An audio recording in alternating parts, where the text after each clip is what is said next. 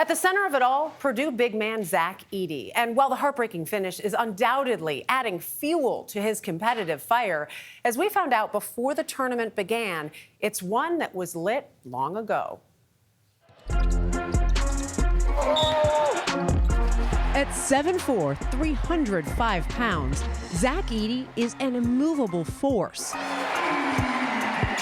His regular season dominance helping earn the junior big man at Purdue Big Ten Player of the Year honors and favored status for National Player of the Year.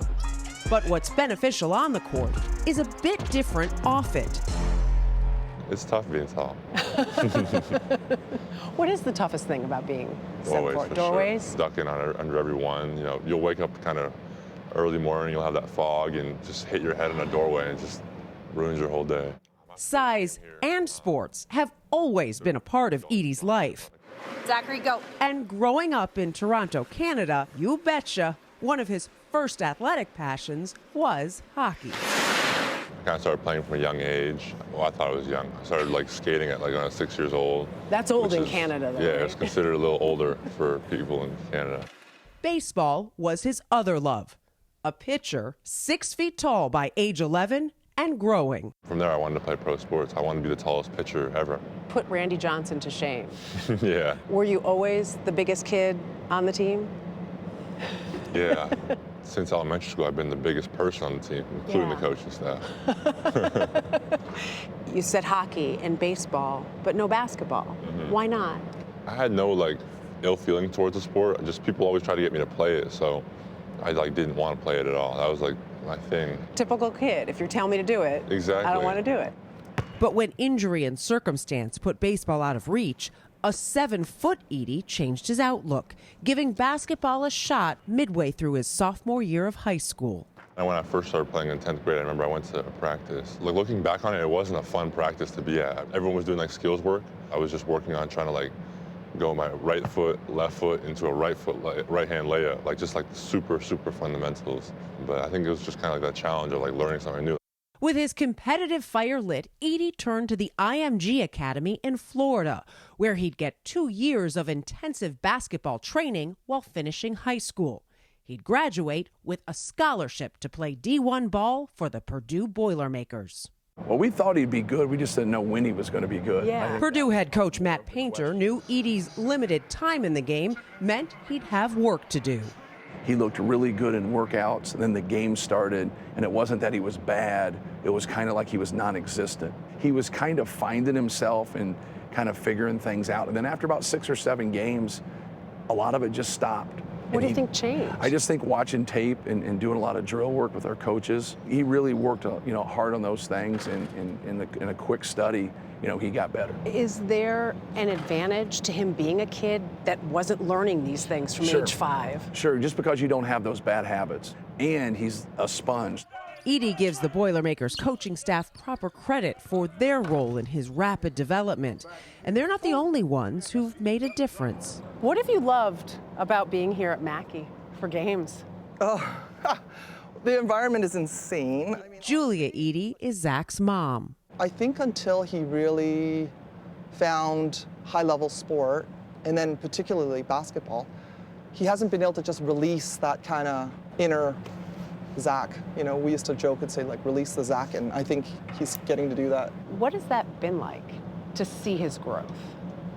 Absolutely incredible. He's really included me in the journey, oh my God, I'm gonna cry.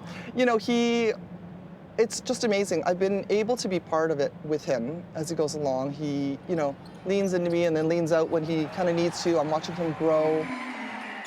Something made a bit easier thanks to proximity. Starting when Zach was a freshman, Julia made the in-season move from Toronto to West Lafayette. Her relocation not only welcomed by her son, but also made possible. When he got his scholarship, she retired, something Zach had wanted to do for her since he was a kid. He talked about when he was younger, wanted to play baseball and get a scholarship so you could retire. Yeah.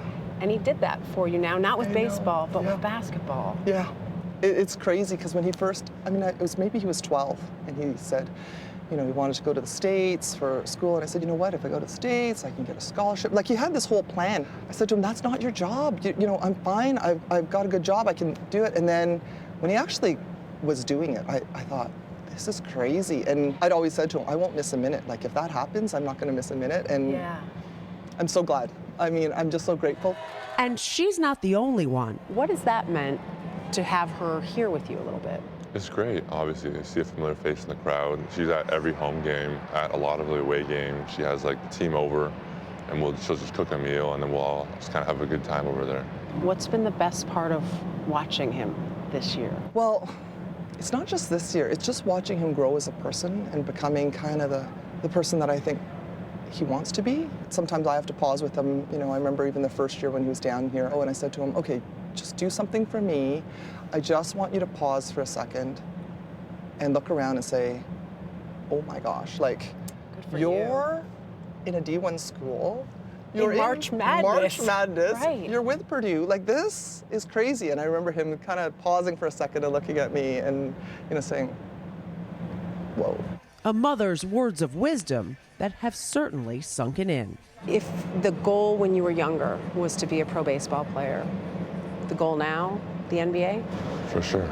Do you allow yourself to think about that? I try not to. I try to just like kind of stay in this moment, enjoy the moment. I don't want to like look at my future and then kind of miss what's happening right now. I think what's happening right now is one of the best times of my life. I love my teammates. It's just been an unbelievable ride this year, and I don't want to miss out on it just because I'm thinking about something that might happen in the future. And with that unexpected exit from the tournament, now it's that forced time to think about the future. A couple things. Zach's mom told me that his love of the game is something she's really embraced because she told him it's not always going to be good, like what they're experiencing right now. And he will contemplate the future. He said that he loves this team. He'd love to stay with them, but he also knows he has to think about the financial future. So now he has time to make that decision. It's pretty amazing that he was 6 feet tall by age 11 and still didn't play basketball until he was 15 or 16. Just didn't want to. I love that.